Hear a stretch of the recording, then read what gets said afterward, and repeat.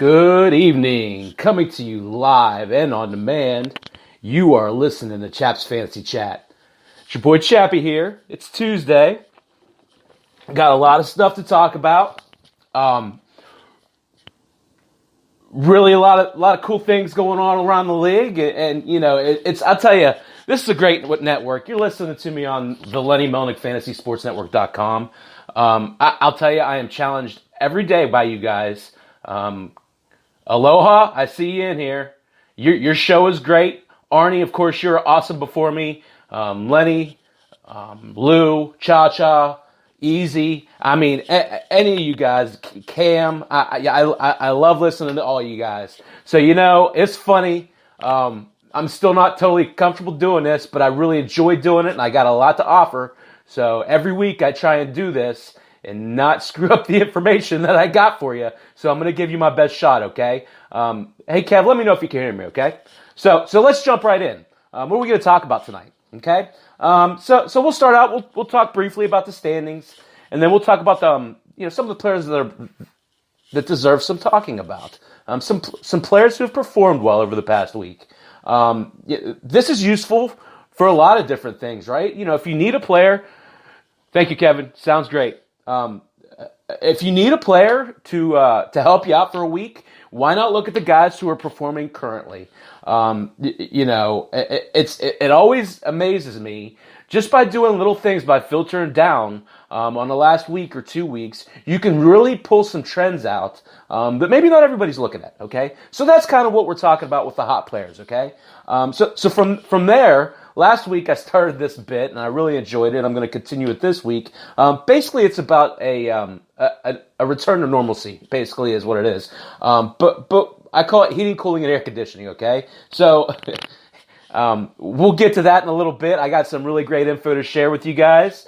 And then after that, we'll start talking about what we're really all here for, right? Waiver wire ads, a little bit of a minor league breakdown.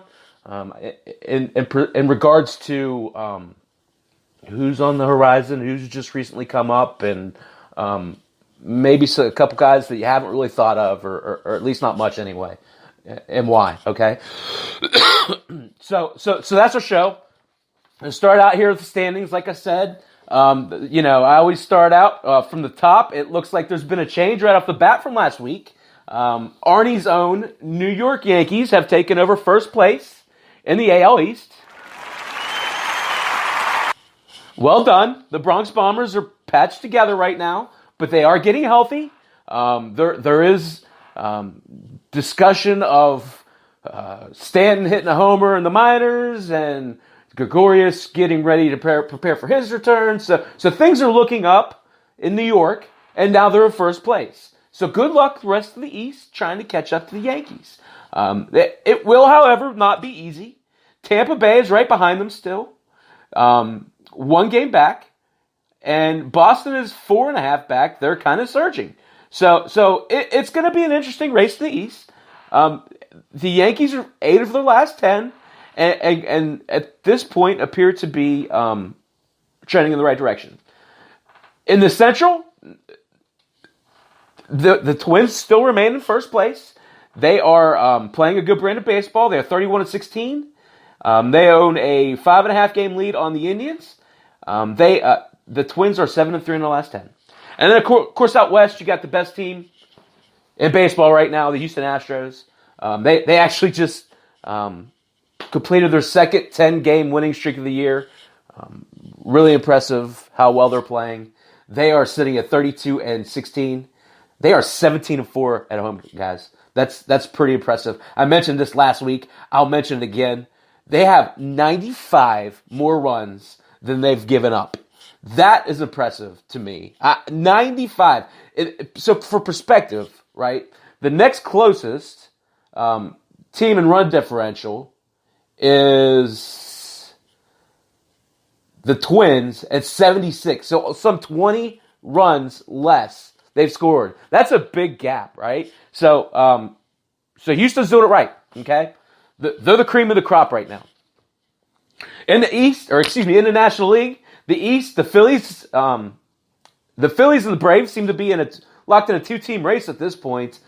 Philly remains the top. They're 28-19. They won a dramatic game last night against the Cubs. Stayed up and watched that. They are 7 of their last 10 and are playing pretty well. Despite, Harper not starting off great, he has started to pick it up lately. So look for big things this summer out of Philadelphia. The team to watch out for, in my opinion, in that division is the Atlanta Braves.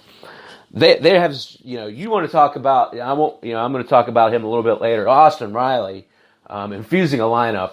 Here's a kid who just steps right in, and the Braves start playing. So with that young pitching, and the infusion of Mr. Riley and the other young talent in Acuna and Albies, look for a lot of good things out of the Braves this year. They currently sit at 26-22.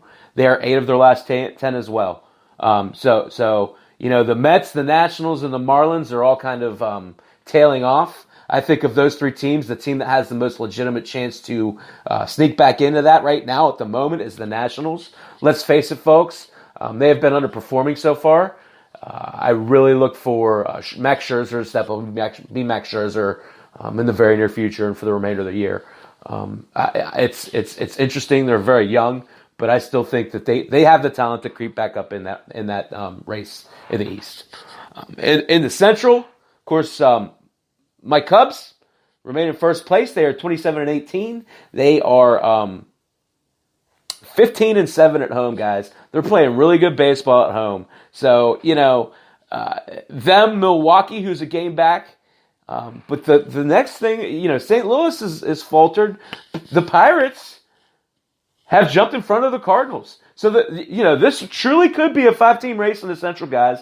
This is, my home conference. I enjoy watching all these teams. I'm not one of those traditional rival type guys. I don't hate the Cardinals. I like all these teams in the Central, so it's really interesting watching these teams. The interesting thing about the Pirates is they're just 9-9 at home, but they're 15-11 away from PNC Park. I don't know what that says, but it's an interesting statistic. So one that I thought, was worth sharing. They're 7-3 in their last 10. They're playing pretty good baseball.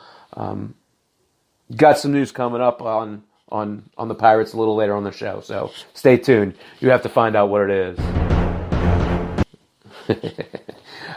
So lastly, we have the NL West. Of course, so far this year, it's been all Dodgers all the time.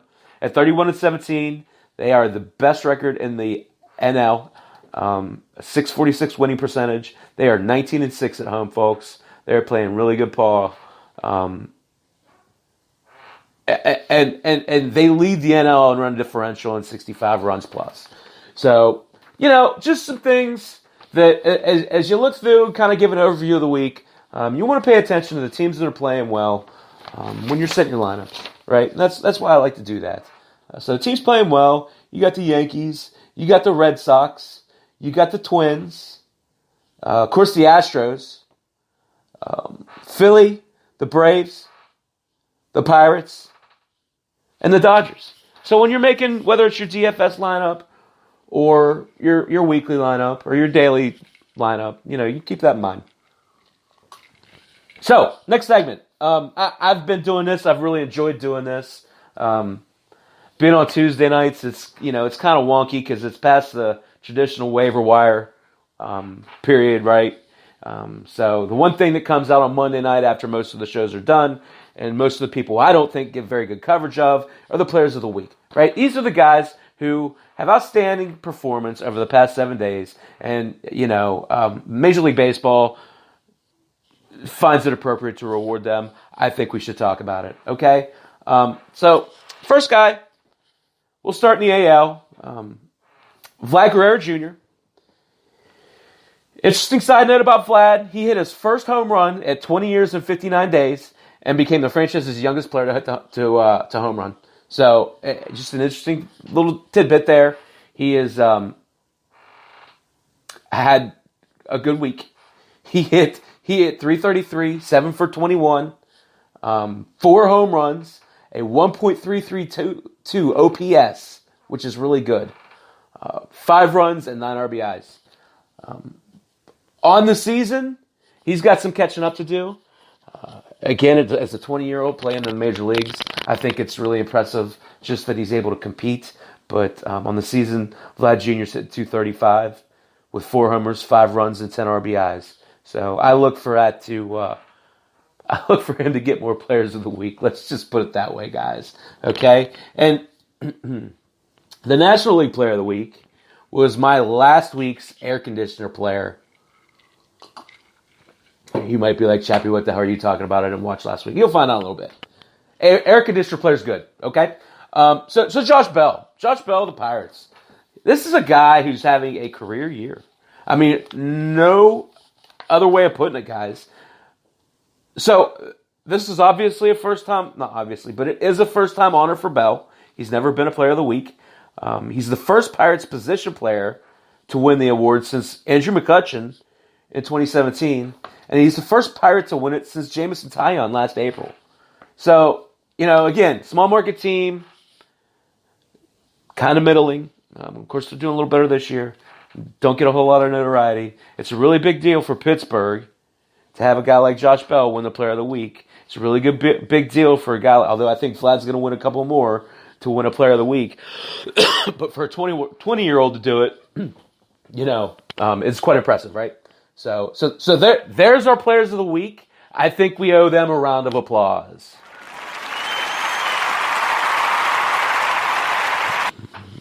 All right, great. So others in contention, other hotties, right? Other guys who had great weeks.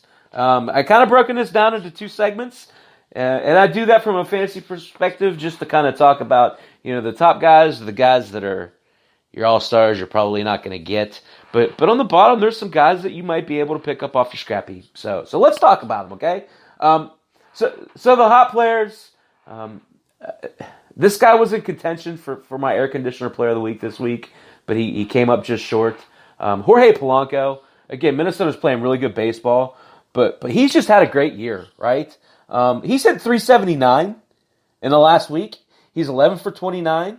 He didn't hit any homers, but he had 5 runs and 2 RBIs. He's not necessarily a power hitter, although he is putting up some pretty good power numbers so far this year already. So on the year, he's hit 335. He's 60 of 179 on the year, so he's got 60 hits already. That's a lot of at-bats. He's got 8 home runs, 28 runs, 21 RBIs, and a stolen base.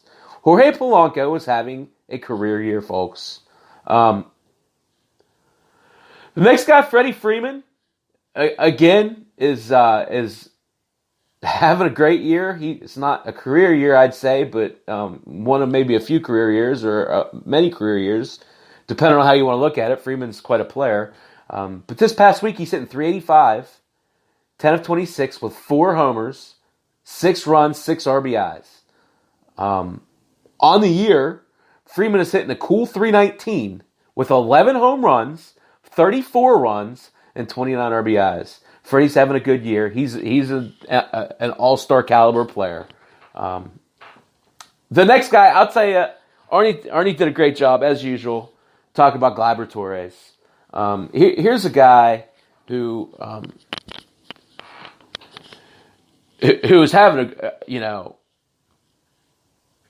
a coming of age celebration right now, because I'll tell you, he didn't start out great, as his 298 average would suggest. But I think, you look at him and you just 375 average this week with 5 homers. He has more homers than he has hits. He's got 5 homers. He got 9 hits for the week. Okay? So all of his other hits are less than his home runs. He's got 6 runs and 6 RBIs on the week. Now,